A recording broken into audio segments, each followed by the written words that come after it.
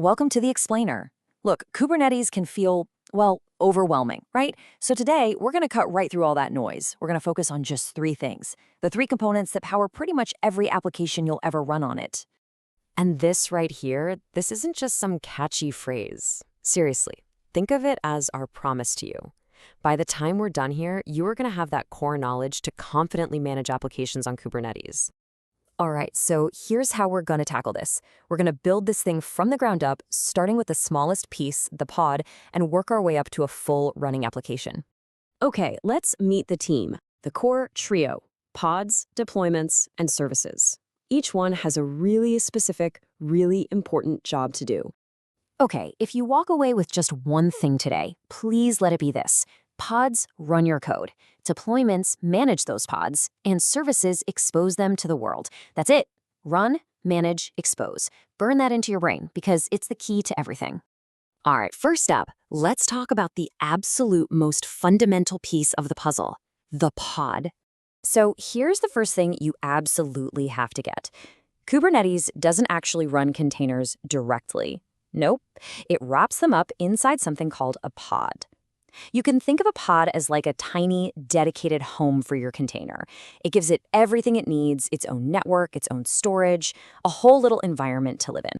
And you might be thinking, okay, but why? Why this extra layer? Why not just run the container?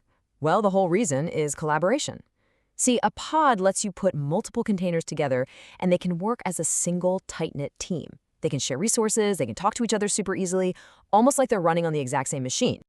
This whole idea is what we call a sidecar pattern, and it is so cool. It's kind of like giving your main application a dedicated pit crew.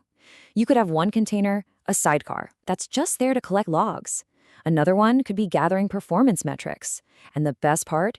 You can add all this functionality without ever touching a single line of your main application's code. It's just incredibly powerful. But there's a catch, and it's a big one. You have to understand that pods are ephemeral. That's a fancy word for temporary. They can be created and they can be destroyed at any moment. So you can't rely on any single pod to stick around. And that fundamental problem, well, that leads us right to our next core component. So if pods can just disappear at any time, how in the world do you keep your application running?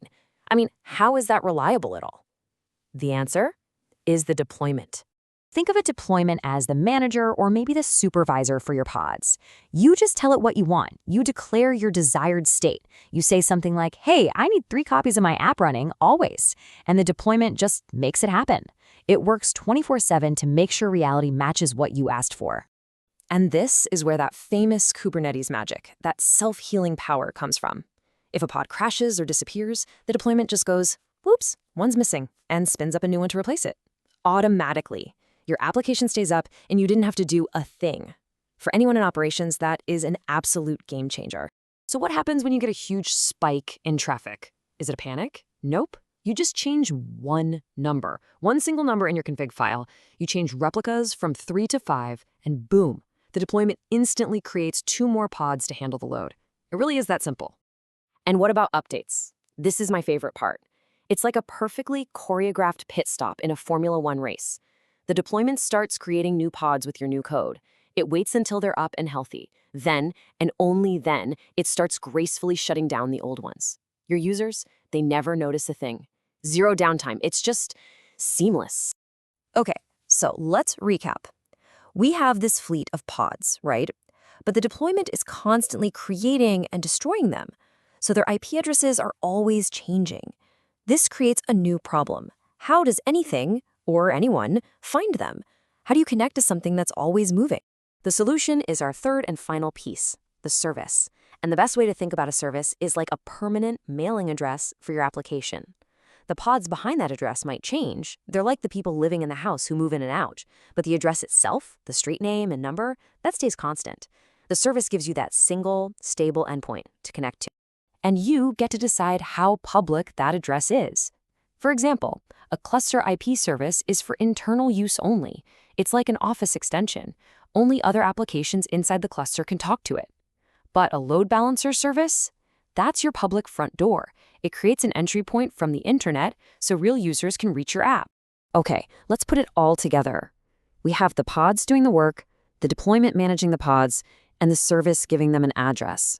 So how do they all connect? The magic that holds all of this together is labels. Seriously, it's that simple. Think of them like little sticky notes.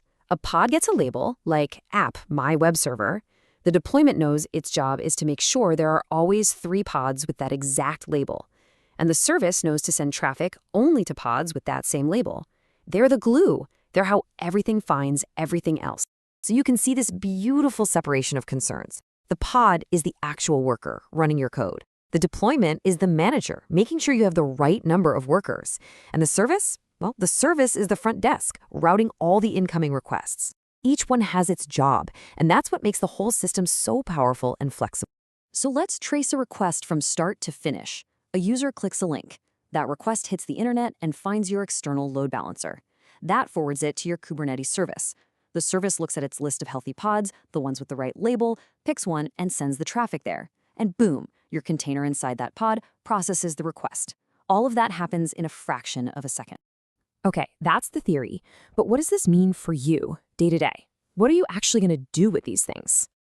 Well, this is pretty much your daily checklist. Creating a deployment, exposing it with a service, scaling it up or down, rolling out an update, and yeah, rolling it back when something goes wrong.